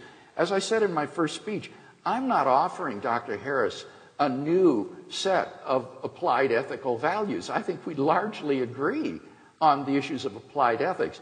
What I'm offering to him is a sound foundation for the moral values and duties that we both hold dear and recognize. So any disagreement about the perception of moral values is an epistemological question, not an ontological question. My argument is that on atheism, human beings are just animals. They're electrochemical machines. They don't even have free will. And therefore, there is no objective moral duty. There is no objective moral value to them.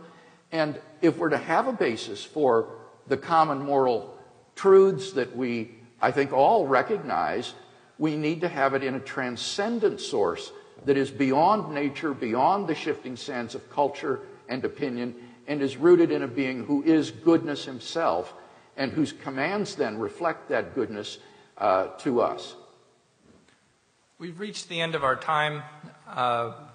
Dr. Craig and Dr. Harris both will be available afterwards out in the lobby to sign books. I'd like to take a moment to acknowledge Arnav Dutt, who spent a good portion of the debate operating the PowerPoint, which I believe on faith was going on behind me, and Aaron Ray, who is our timekeeper. Was there a PowerPoint? All right, good. I hope so.